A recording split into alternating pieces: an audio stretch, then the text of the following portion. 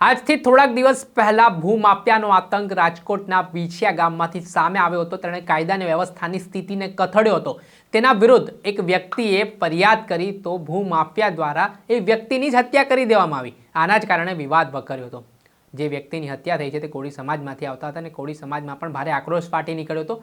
ત્યારે આરોપીના સરઘસની માંગ સાથે કોળી સમાજના લોકો રજૂઆત કરવા માટે પોલીસ સ્ટેશને પહોંચ્યા અને પોલીસે એ વાત માની પણ આરોપીનું સરઘસ કાઢવામાં ન આવતા ત્યારબાદ કોળી સમાજના લોકો અને પોલીસ વચ્ચે ઘર્ષણની સ્થિતિનું નિર્માણ થયું। ત્યારે શું સમગ્ર મામલો છે, વિગતે વાત કરીએ।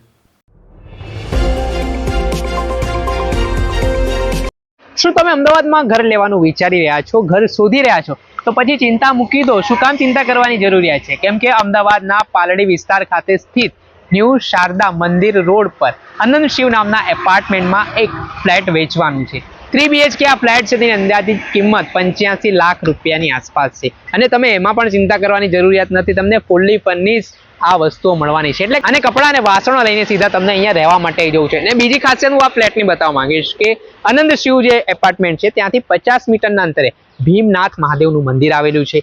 50 મીટરની અંતરે શ્રેયાસ મેટ્રો સ્ટેશન પણ આવેલું છે। એટલું જ નહીં, ભીમનાથ મહાદેવ મંદિરની બાજુમાં જૈન મંદિર પણ આવેલું છે। એટલે તમે ધાર્મિક રીતે પણ જોડાયેલા હો, સાથે તમને હરવા ફરવાના શોખીન હો તો ખૂબ જ સુવર્ણ તક માનવામાં આવી રહી છે।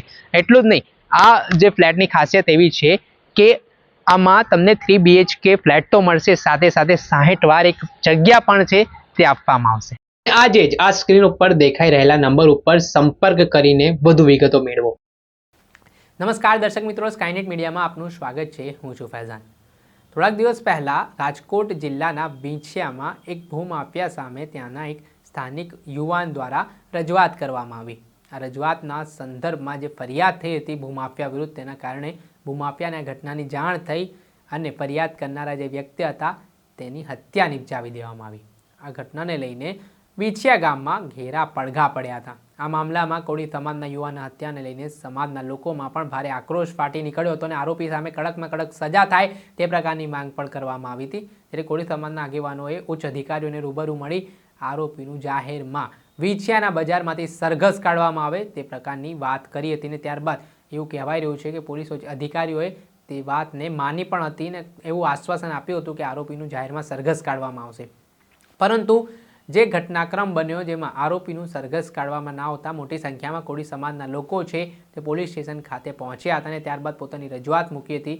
તે દરમિયાન પોલીસ અને કોળી સમાજના લોકો વચ્ચે કોઈ બાબતને લઈને બોલાચાલી થઈ, ઘર્ષણની સ્થિતિનું નિર્માણ થયું અને આ બાબતમાં વાત આટલેથી ન અટકતા પોલીસે લાઠીચાર્જ પણ કર્યો। આ સમગ્ર ઘટનાનો વિડીયો છે તે પણ સામે આવ્યો છે। આ વિડીયોમાં જોઈ શકો છો કે મોટી સંખ્યામાં અહીંયા કોળી સમાજના લોકો છે તે ઉમટી પડ્યા છે અને જે અવ્યવસ્થા સર્જાઈ છે, પોલીસ સાથે ઘર્ષણની સ્થિતિનું નિર્માણ થયું છે, ત્યારે સ્થિતિને કાબૂમાં લેવા માટે પોલીસે ટીયર ગેસના સેલ પણ છોડ્યા હતા। આ ઘટનાના સંદર્ભમાં આમ આદમી પાર્ટીના નેતા રાજુ કરપડાનું પણ નિવેદન સામે આવ્યું છે। તેઓ શું કહી રહ્યા છે તે સાંભળી લો। આ આમ આદમી પાર્ટીના નેતા રાજુ કરપડા, તેમના દ્વારા જે સમગ્ર ઘટનાક્રમ બન્યો છે, પોલીસ દ્વારા જે વચન આપવામાં આવ્યું હતું પરંતુ તે વચન મુજબ કામગીરી ન થતાં કોળી સમાજના લોકો છે તે રસ્તા ઉપર ઉતરી આવ્યા હતા અને વિરોધ નોંધાવ્યો હતો। ત્યારબાદ પોલીસ અને કોળી સમાજના લોકો વચ્ચે ઘર્ષણની સ્થિતિનું નિર્માણ થયું છે। તે સંદર્ભમાં પોલીસને લઈને પણ રાજુ કરપડાએ કહ્યું છે કે કોઈ પણ વ્યક્તિ સામે ખોટો કેસ ના થાય તેવી પણ પોલીસ તકેદારી રાખે। દર્શક મિત્રો, સ્કાયનેટ મીડિયાને આપ લાઈક કરી લો, સબસ્ક્રાઇબ કરી લો અને શેર કરવાનું ભૂલતા નહીં।